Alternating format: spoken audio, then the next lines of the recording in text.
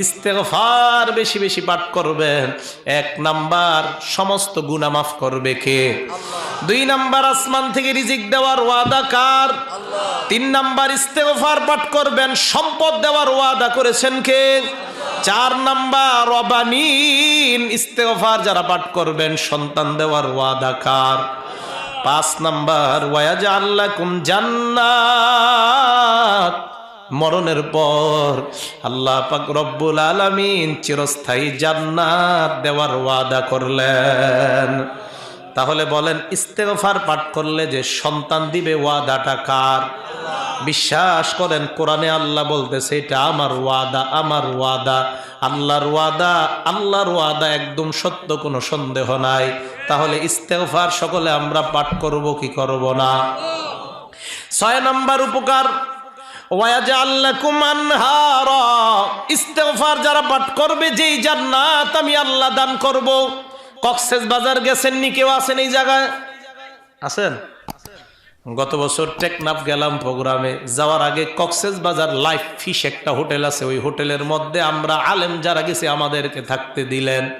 ওই life fish hotel থেকে কক্সবাজার সমুদ্র সৈকতটা হেঁটে যাইতে ১ মিনিট বা ১.৫ মিনিটের প্রয়োজন। হেঁটে গেলাম ওই জায়গায়, যাওয়ার পর দেখলাম, তাকান কিভাবে বুঝাই, সোফা এইভাবে বিছানো আছে, কতক্ষণ বিছানোর পর হঠাৎ এইভাবে করা। এই সোফাগুলার মধ্যে কারা? যারা নাকি প্রেম প্রীতি করে তারা গিয়া শো একজন আরেকটার মধ্যে, এটা নাকি একটা আনন্দ তাদের, এটা নাকি একটা চমৎকার দৃশ্য। ওই সোফা দেখার পর আল্লাহর কোরআনের কথা আমার মনে পড়ে যায়, সুবহানাল্লাহ। আল্লাহ বলেন, আলাল আরাইকি ইয়ানজুরুন মুত্তাকিনা ফিহা আলাল আরাইক, জান্নাতীরা এইভাবে জান্নাতের মধ্যে হেলান দিয়ে থাকবে, আপনি হেলান দিবেন, পাশেরটা আপনার বিবি হেলান দেওয়া থাকবে, আরেকটার মধ্যে আপনার হুরগেলমানরা থাকবে। দুনিয়ার মধ্যে প্রেম প্রীতি যারা করে তারা তাকায় দেখে পানির সমুদ্র দেখা যায়। আল্লাহর কোরআন বলেন, তোমরা যখন শুইবা তাকায় দেখবা তোমাদের আশেপাশ দিয়া দুধের নহর, মধুর নহর প্রবাহিত হয়ে যায়। আল্লাহ বলেন, ইস্তেগফার পাঠ করবা। ৬ নাম্বার উপকার, আমরা ইস্তেগফার পাঠ করব কিনা? পড়েন সবাই, আস্তাগফিরুল্লাহ, আস্তাগফিরুল্লাহ। ইস্তেগফার পাঠ করার ৭ নাম্বার উপকার, শরীরের শক্তি দরকার আছে না নাই? আল্লাহ দুনিয়ার মধ্যে একটা সম্প্রদায় পাঠিয়েছেন, এই সম্প্রদায়ের নাম আদ সম্প্রদায়। আদ সম্প্রদায়ের কাছে একজন নবী আল্লাহ পাঠাইছেন, এই নবীর নাম হুদ আলাইহিস সালাতু ওয়াস সালাম। হুদ নবী তাদের কাছে আসলেন, আসার পর দেখলেন এরা এত শক্তিশালী, এদের মধ্যে সবচাইতে লম্বা মানুষটা মাত্র ৪০০ হাত। কয় হাত? সবচেয়ে খাটো মানুষটা মাত্র ১০০ হাত। সবচেয়ে খাটো কয় হাত? আমরা এই জায়গায় যারা আছি সবগুলা এরকম দাঁড়াইলে ১০০ হাত হইব কিনা আল্লাহ জানে। যারা আমরা আছি এই জায়গায় একজনের উপরে যদি আরেকজন দাঁড়াই ১০০ হাত পর্যন্ত হবে কিনা কে জানে। এইভাবে বিশাল বড় লম্বা এক একজন, তো ৪০০ হাত তো হবে না, ১০০ হইতে পারে, ৪০০ হবে না। ৪০০ হাত কি তাদের হাত অনুযায়ী নি আল্লাহ জানে। যেই মানুষটা ৪০০ হাত লম্বা, এর হাত কেমন লম্বা। এই জাতির কাছে হুদ নবীকে আল্লাহ পাঠাইছে।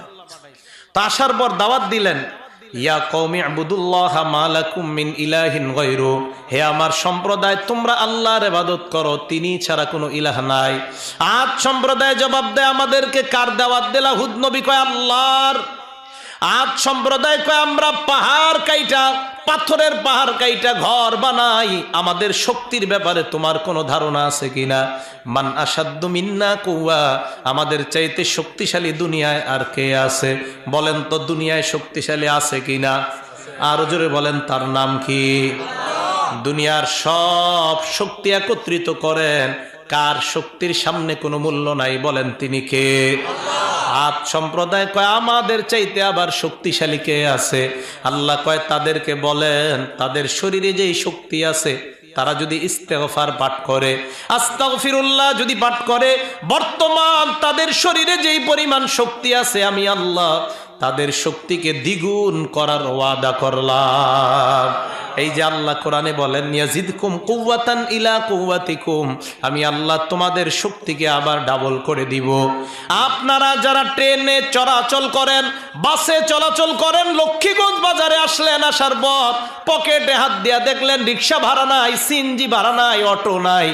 এই মুহূর্তে হেঁটে যাওয়া ছাড়া আপনার উপায় নাই। 2 কিলো রাস্তা হাঁটতে হবে, বলেন হাঁটার জন্য শক্তির প্রয়োজন আছে না নাই? ওই মুহূর্তে কি করবেন? আজকে থেকে একটা আমল সবাই জানবো। ওই মুহূর্তে আমরা পড়বো, পড়েন আস্তাগফিরুল্লাহ আস্তাগফিরুল্লাহ আস্তাগফিরুল্লাহ। লক্ষ্মীগঞ্জ বাজারে নামলেন অথবা এর আগে কোনো বাজারে নামার পর 2-4 কিলো রাস্তা হাঁটতে হবে। ওই মুহূর্তে কোরআনের উপর আমল করবেন। দাঁড়ায় দাঁড়ায় নিম্নে 70 বার ইস্তেগফার পাঠ করবেন, 1 মিনিটও সময় লাগে না। পরেন আমার সাথে আস্তাগফিরুল্লাহ। 70 বার ইস্তেগফার পাঠ করার পর এবার বাড়ির দিকে হাঁটা আরম্ভ করবেন। আল্লাহর কোরআনের ওয়াদা, হাঁটার জন্য যে শক্তির প্রয়োজন আমি আল্লাহ সব শক্তি দেওয়ার ওয়াদা করলাম। কৃষক ভাই ক্ষেতের মধ্যে কাজ করতে করতে, আলু লাগান শীতকালে, আলুর আইলগুলা টানতে টানতে ক্লান্ত হয়ে গেলেন। তাকায় দেখলেন ঘড়িতে 11টা বাজে। হঠাৎ তাকায় দেখলেন বিবিটা এখনো খাবার নিয়ে আসে না, ছেলেটাও আসে না। গামছা দিয়া বাইদা আপনাদের খাবারটা আনে, একটা প্লেট আর একটা গ্লাস আর একটা বল দিয়া খাবারটা আনে। দেশ গ্রামে হয় না এরকম? আপনি তাকায় দেখলেন খাবার আসতেছে না, এর মানে বিবি এখনো খাবার রান্না করে শেষ করতে পারে নাই। পেটের মধ্যে ক্ষুধার যন্ত্রণায় ছটফট করতেছেন। এই মুহূর্তে রাস্তার কিনারায় একটা গাছের ছায়ার নিচে বসেন। বসার পর আস্তে আস্তে 70 বার পাঠ করেন আস্তাগফিরুল্লাহ আস্তাগফিরুল্লাহ আস্তাগফিরুল্লাহ। 11টা পর্যন্ত আপনি কাজ করলেন ফজর থেকে। আবার সামনে আসর পর্যন্ত যদি আপনার কাজ করার প্রয়োজন হয়, আল্লাহ বলেন তোমার শরীরে শক্তি দেওয়ার ওয়াদা আমি আল্লাহ করে দিলাম।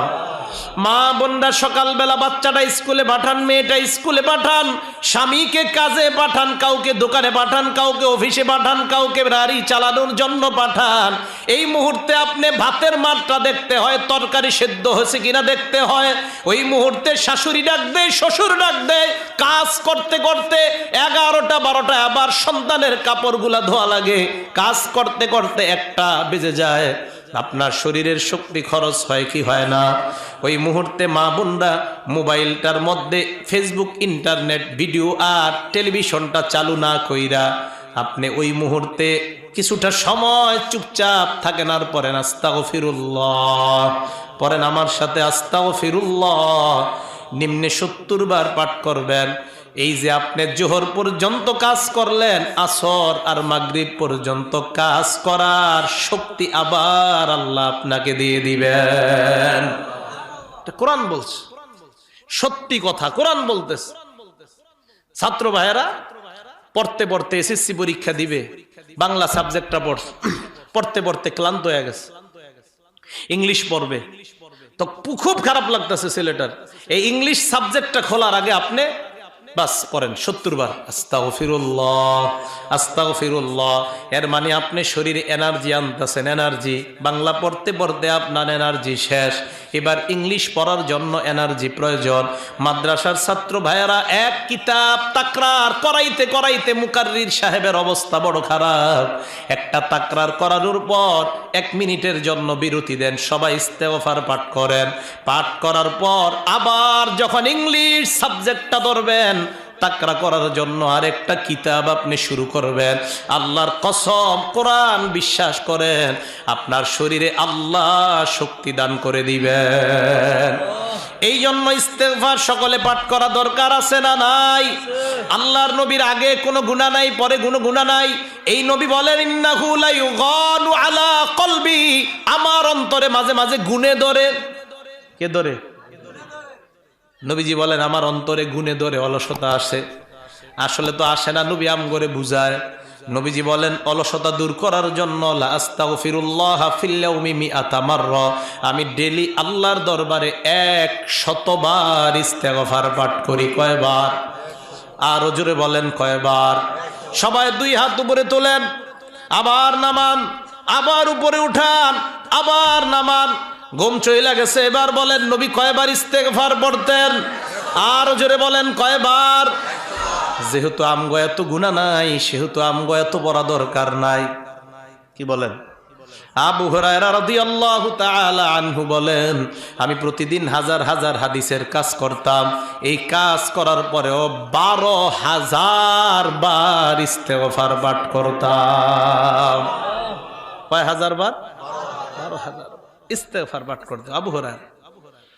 হযরত হুযায়ফা রাদিয়াল্লাহু তাআলা আনহু বলেন, কানা ফি লিসানি যারাবুন আলা আহলি, আমার মেজাজটা মাঝে মাঝে আমার বিবির উপর খারাপ হয়ে যায়, আমার ছেলের উপর মেজাজটা খারাপ হয়ে যায়।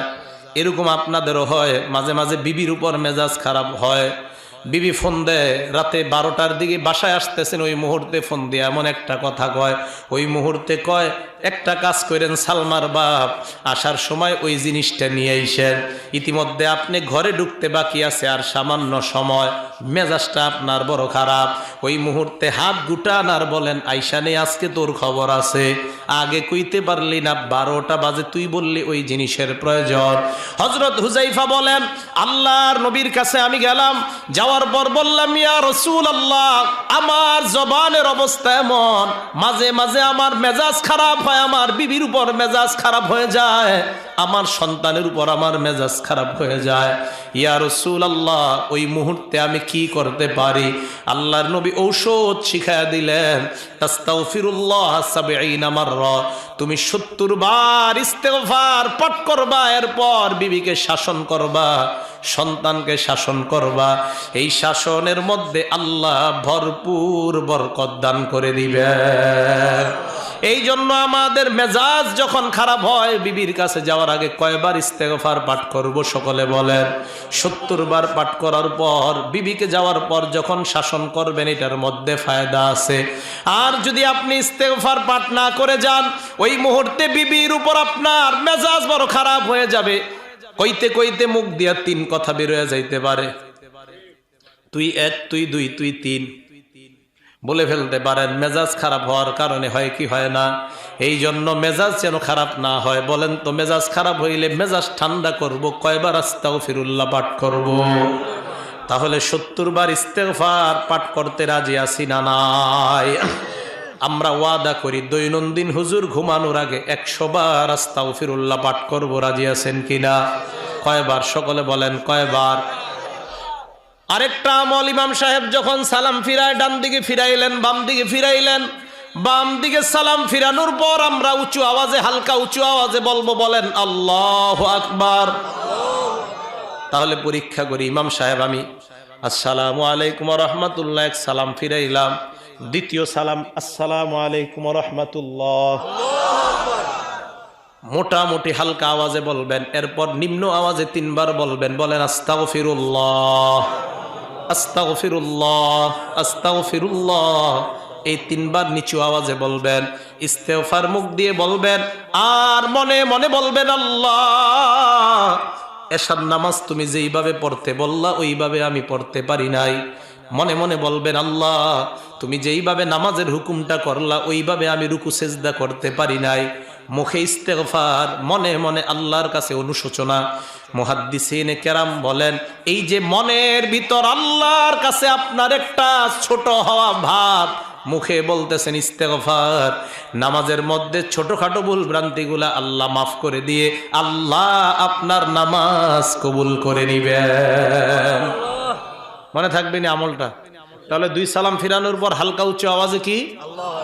নিম্ন আওয়াজে কয়বার কি পড়ব? আস্তাগফিরুল্লাহ। এবার আসেন, ইস্তেগফার পাঠ করার অর্থ হলো দোয়া করা, ক্ষমা প্রার্থনা করা। ক্ষমা প্রার্থনা করবো কার কাছে? আল্লাহর কাছে। যখন ক্ষমা প্রার্থনা করবেন, 1 নাম্বার নিজের জন্য, 2 নাম্বার এই মা বাবার জন্য। ইব্রাহিম নবী শিখায় দেয়, রব্বানা গফিরলি ওয়া লিওয়ালিদাইয়া, আল্লাহ তুমি আমারে মাফ করো, আমার মা বাবারেও তুমি মাফ করো। নূহ নবী শিখায়া দেয় রব্বিগফিরলি ওয়ালি ওয়ালিদাইয়া, হে আল্লাহ তুমি আমাকে মাফ করো, আমার মা বাবাকেও তুমি মাফ করো। মা বাবার জন্য ক্ষমা চাইবেন। যাদের মা নাই বাবা নাই, আল্লাহর কাছে বলবেন আল্লাহ তুমি আমাকে মাফ করো, আমার কবরওয়ালা বাবাকে তুমি মাফ করে দাও। এই কথা বলার সাথে সাথে আল্লাহর নবী বলেন ইন্নাল্লাহা লা ইয়ারফাউদ দারাজাতা লিল আবদিল মুমিনি ফি কবরিহি, আল্লাহ সাথে সাথে ইমানদারের কবরে একটা মর্যাদা বাড়ায় দেয়। ইমানদার সাথে সাথে আল্লাহকে বলে আল্লাহ এই মুহূর্তে কেন কবরে আমার মর্যাদা তুমি বাড়াইলা? আল্লাহ জবাব দিয়ে দেয় বিইস্তিগফারি ওয়ালাদিকা লাক, তোর সন্তান এই মাত্র মসজিদের কোণার মধ্যে বৈশা তোর জন্য বলছে আল্লাহ তুমি আমার বাবারে মাফ করে দাও। এই বলার কারণে আমি সাথে সাথে তোর একটা মর্যাদা বাড়ায়া দিলাম।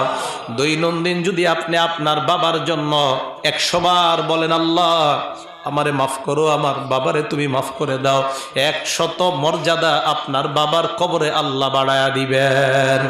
তাহলে 1 নাম্বার নিজের জন্য ক্ষমা প্রার্থনা করা, 2 নাম্বার মা বাবার জন্য ক্ষমা প্রার্থনা করব কিনা, সবাই রাজি আছে কিনা? দোয়া করা, এই দোয়া করার বাংলা অর্থ হলো আহ্বান করা, ডাকান। এবার সবাই হাত তোলেন সবাই বলেন একবার আল্লাহ। হয় নাই, আরো জোরে বলেন আল্লাহ, আরো জোরে বলেন আল্লাহ। হাত নামান। মসজিদের ইমাম সাহেবকে ডাকলাম, ইমাম সাহেব ঘরে আছেন কিনা? ইমাম ঘর থেকে লেপের নিচ থেকে বলে আসি, বলেন কি বলবেন? আবার বাহির থেকে বলতেছি ওই ইমাম সাহেব ঘরে আছেন কিনা? উনি লেপের নিচ থেকে বলে আসি, বলেন কি বলবেন? আবার বাহির থেকে বলি ইমাম সাহেব ঘরে আছেন কিনা? উনি বারবার আমার আওয়াজ শুনতেছি কিন্তু ওনার সারা কিন্তু আমি শুনতেছি না।